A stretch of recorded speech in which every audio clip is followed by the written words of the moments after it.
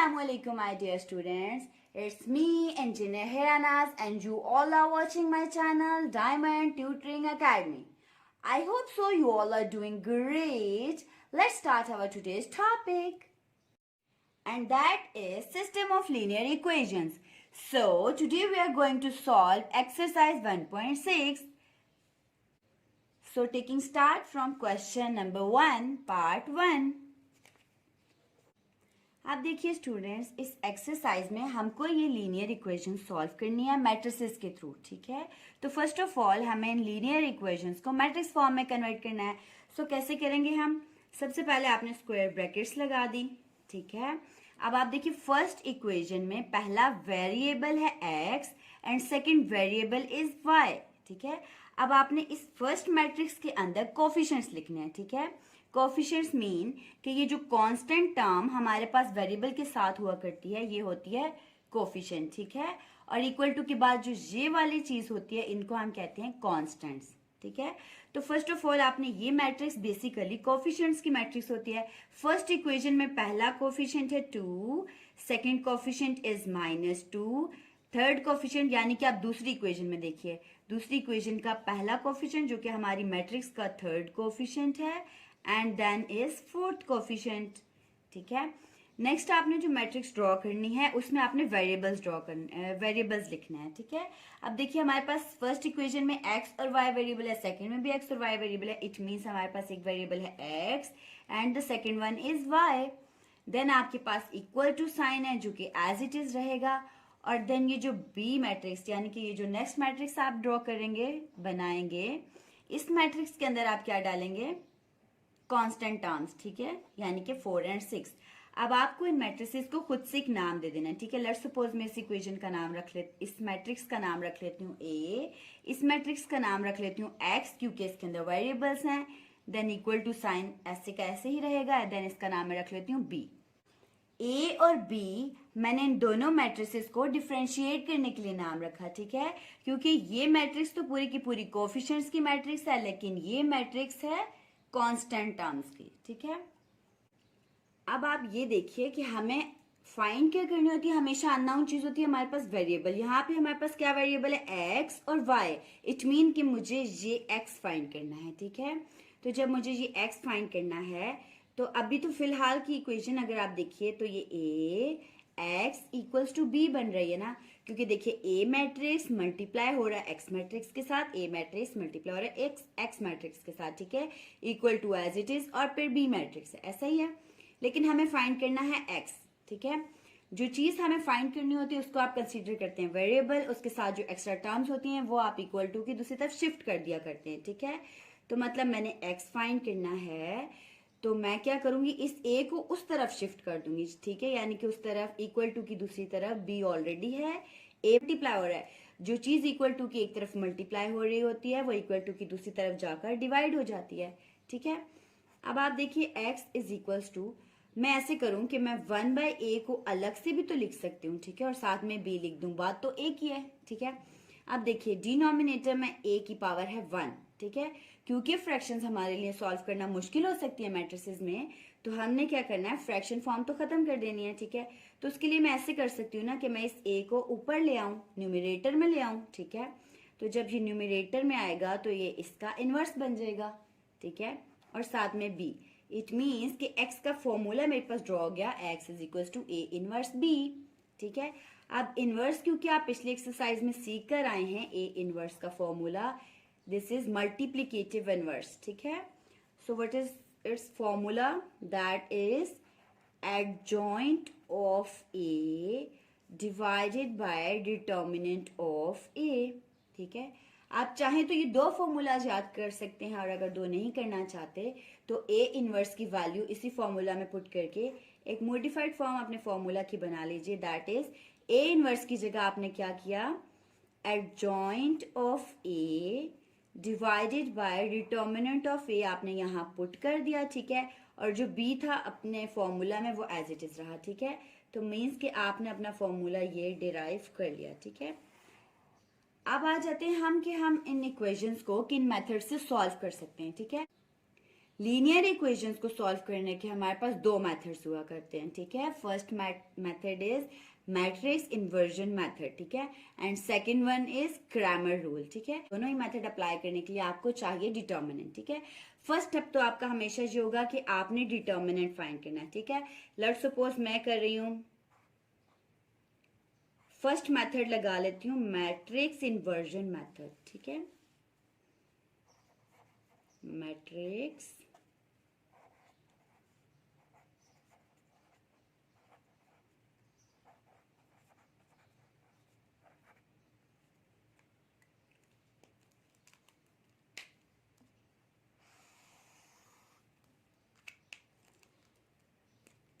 ठीक है।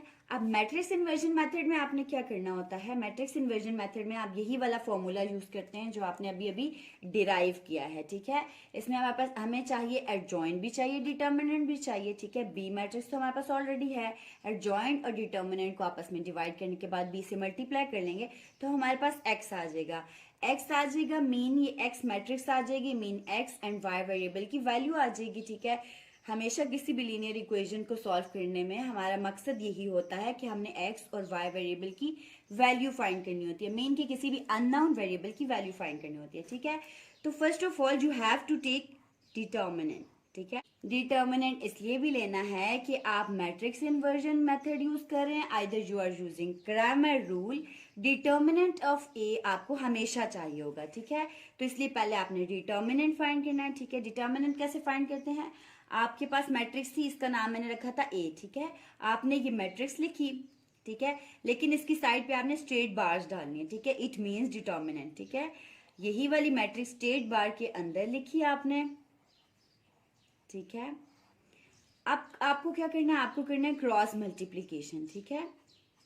2 into 2 is 4, बीच में हमेशा माइनस साइन, ठीक है, यानी कि लेफ्ट डायगनल मल्टीप्लाई करने के बाद माइनस साइन, और फिर आपने क्या करना है, राइट डायगनल मल्टीप्लाई करना है, ठीक है। राइट डायगनल पे क्या है, 2 3 इज 6, और साथ में क्योंकि माइनस साइन है तो ये एज इट इज आएगा, minus minus plus, 6 plus 4 is 10, it means कि डिटर्मिनेंट ऑफ ए हमारे पास आ गया है 10, right. Now you have to find adjoint. अब देखिए एडजॉइंट ऑफ ए फाइंड करना है हमने, ए डी जे एडजॉइंट की शॉर्ट फॉर्म लिखी आपने, adjoint of A equals to, अब आप एडजॉइंट में क्या करते हैं, ठीक है। अब जरा ध्यान से देखिएगा, ये जो हमारे पास डायगोनल होता है ना मैट्रिक्स का, इस डायगोनल को हम बोलते हैं लेफ्ट डायगोनल, क्योंकि देखिए मेरे लेफ्ट हैंड साइड पे है ना ये, तो इस डायगोनल को बोलते हैं लेफ्ट डायगोनल, ठीक है। एंड देन मैट्रिक्स के अंदर जो ये डायगोनल बनता है ना, इसको बोलते हैं राइट डायगोनल, क्योंकि ये मेरे राइट हैंड पे है, ठीक है। अब आपने क्या करना है, ये हमारा राइट डायगोनल है और ये हमारा लेफ्ट डायगोनल है, ठीक है। आपने एडजॉइंट लेते हुए क्या करना है, ये जो आपके पास लेफ्ट डायगोनल है ना, इन दोनों की प्लेस चेंज कर देनी है, ठीक है। कैसे करेंगे, मतलब यहाँ पे तो बिल्कुल सेम सेम ही आ रही है 2, ये वाली चीज उठा के यहाँ पे रख देंगे आप, और यहाँ पे जो भी चीज होगी वो यहाँ पे रख देंगे, ठीक है। फिलहाल तो हम चेंज भी करें तो कोई फर्क नहीं पड़ रहा, ठीक है, क्योंकि दोनों ही 2 2 हैं, ठीक है। देन आपका जो राइट डायगोनल होता है ना, उनके आपने साइन इन्वर्ट कर देने होते हैं, लाइक यहाँ पे -2 था तो आपका +2 बन जाना चाहिए, यहाँ पे +3 था तो आपका -3 बन जाना चाहिए, ठीक है। तो इस तरह जब आपने कर लिया तो ये आपका हो गया एडजॉइंट ऑफ ए, ठीक है। Now you have adjoint of A and determinant of A both, ठीक है। Now what you have to do is you have to find, आपकी अपनी मर्जी है कि आप क्या करें, ये वाला मेथड लगाएं, ठीक है, या आप पहले इनवर्स निकाल लें और उसको बी से मल्टीप्लाई कर लें, ठीक है। मैं इनवर्स पहले निकाल लेती हूँ। ए इनवर्स के लिए मुझे चाहिए था adjoint of A divided by determinant of A हो रहा था, ठीक है। It means adjoint of A मेरे पास क्या है, 2 2 -3 एंड 2, ठीक है। डिवाइड हो रहा है डिटर्मिनेंट से, क्या आंसर आया था हमारे डिटर्मिनेंट का, 10 आंसर आया था, ठीक है। सो आपने यहां नीचे लिखा 10, इसका मतलब इट मीन्स कि ये 10 इस मैट्रिक्स की हर एंटिटी से डिवाइड होगा, ठीक है। तो आपने क्या लिखना है, 2/10, आप चाहें तो डायरेक्ट भी कर सकते हैं, क्योंकि आपको समझाना है तो इसलिए मैं स्टेप बाय स्टेप कर रही हूँ। 2/10, ठीक है। अब यहाँ देखिए A inverse is equals to 2/1:2 is 10, 2/1:2 is 10 and 2/1:2 is 10, ठीक है। सो वी हैव 1/5, 1/5, क्योंकि ये ऑड है 3 और इवन है 10 तो इनकी तो कटिंग ही नहीं हो सकती, तो 3/10 and 1/5. This is our inverse. What we have to do now? We have to multiply this inverse with the B matrix. So we will get X. X is A inverse B.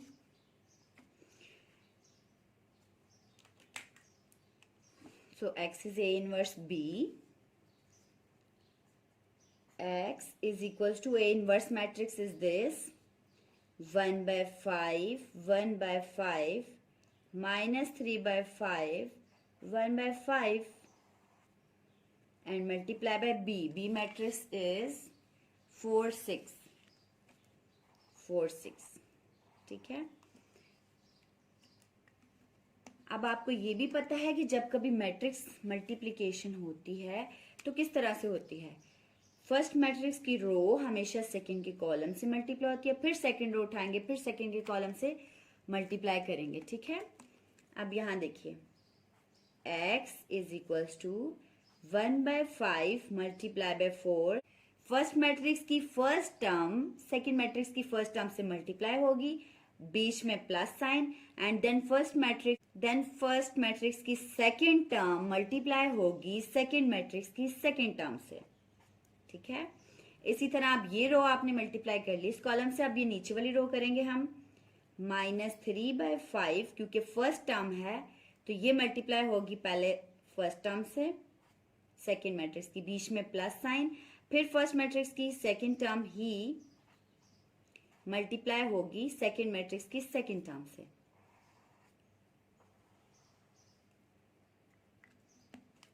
अब यहां से आगे हम यहाँ पे move कर लेते हैं। x equals to 4 into 1 is 4/5 plus 6/5 and then minus 3 4 is 12/5 plus 6 1 is 6/5.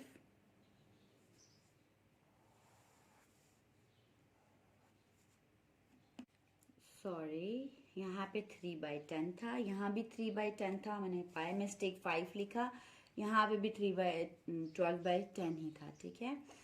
अब आप देखिए आपने क्या करना है। फर्स्ट ऑफ ऑल तो आप ये देख लें कि हम ना फ्रैक्शंस आ गए हमारे पास, ठीक है। दोनों फ्रैक्शंस हमारे पास यहाँ पे ऐड हो रही हैं, ठीक है। फ्रैक्शंस ऐड या सब्ट्रैक्ट करते हुए आसानी तो हमें तब होती है जब हमारे पास डिनोमिनेटर सेम आ जाए, ठीक है।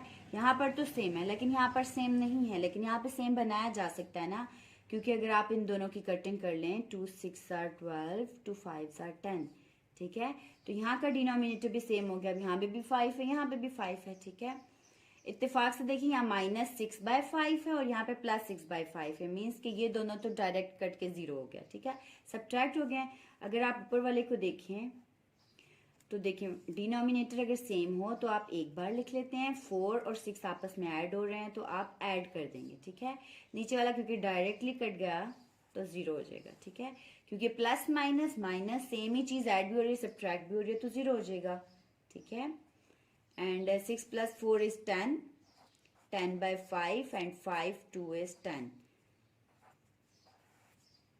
इट मीन्स कि हमारे पास जो एक्स मैट्रिक्स का आंसर आया है वो 2 and 0 आया, ठीक है। अब जरा यहाँ पे गौर करिएगा, इस मैट्रिक्स का हमने क्या नाम रखा था, एक्स वाई, जिसके अंदर एक्स वाई वेरिएबल थे, उस मैट्रिक्स का नाम एक्स था ना। इट मीन्स कि ये जो एक्स है हमारे पास वो हमारे पास ये होता है एक्स एंड वाई, ये मैट्रिक्स हुआ करती है, और इसी का आंसर हमारे पास 2 and 0 आ गया। इट मीन्स कि ये जो ऊपर वाला आंसर है ना 2, ये वाला x की वैल्यू है और जो ये नीचे वाला है ना ये y की वैल्यू है, ठीक है। It mean x is equals to 2 and y is equals to 0 और यही दो हमारे आंसर्स हैं, ठीक है। हमें सिर्फ इन वेरिएबल्स तक ही पहुंचना था, इसलिए हमने इतना बड़ा मेथड किया, ठीक है। स्टूडेंट्स, हम इसी क्वेश्चन को क्रैमर रूल से कर लेते हैं, ठीक। क्रैमर रूल से सॉल्व करने के लिए हमारे पास दो बेसिक फॉर्मूलाज हैं, ठीक है। हमने बेसिकली क्या फाइंड करना होता है लीनियर इक्वेशंस में से, वेरिएबल्स फाइंड करने होते हैं। कौन से वेरिएबल्स? एक्स एंड वाई, ठीक है। तो क्रैमर रूल हमें डायरेक्टली एक्स एंड वाई का फॉर्मूला दे देता है, ठीक है। बजाय कि हम इतना काम करें, इतना बड़ा काम करके एंड में एक्स और वाई लाएं, वो हमें शॉर्टकट बता देता है, ठीक है। वो क्या है हमारे पास? Determinant of A X divided by determinant of A, ठीक है। एक्स आप इस तरह से फाइंड कर लेंगे और वाई के लिए आप ऐसे कर लेंगे, determinant of A Y divided by determinant of A, ठीक है। आप इस तरह भी कह सकते हैं इस फॉर्मूला को, अगर आपको इस तरह से याद नहीं होता तो आप ऐसे भी कर सकते हैं, x is equals to d1 divided by determinant of a and y is equals to d2 divided by determinant of a, ठीक है। अब हम डिस्कस कर लेते हैं कि बेसिकली ये ax या d1 और ay या d2 ये हैं क्या, ठीक है। आप देखिए अभी जो क्वेश्चन में आपने मैट्रिक्स बनाई थी ना, ये जो मैट्रिक्स थी जिसका नाम आपने ए रखा था, ठीक है। इसी मैट्रिक्स को यूज करते हैं हम। ए मैट्रिक्स है हमारे पास 2 -2 3 एंड 2, ठीक है। ये मैट्रिक्स है हमारे पास ए, और ये जो बी मैट्रिक्स थी ना हमारे पास, वो क्या थी? 4 एंड 6, ठीक है। अब आप देखिए, जब आप ए एक्स कर रहे हैं या d1 कर रहे हैं, ये डिटर्मिनेंट ऑफ ए तो भी आपने पिछले पार्ट में जो निकाला है यही वाला रहेगा, ठीक है। डिटर्मिनेंट ऑफ ए तो हर सूरत यही रहना है, ठीक है। अब रही बात ये ए एक्स डिटर्मिनेंट और d1 की, तो आप इसको ए एक्स का डिटर्मिनेंट कहें या आप इसका नाम d1 रखें, ठीक है। ये कैसे निकाला जाता है? या आपने एक मैट्रिक्स ए ही लेनी है, लेकिन ए मैट्रिक्स के फर्स्ट कॉलम को बी मैट्रिक्स से रिप्लेस कर देना है। मीन 4 एंड 6 रख दिया फर्स्ट कॉलम की जगह, लेकिन second column as it is रही, ठीक है।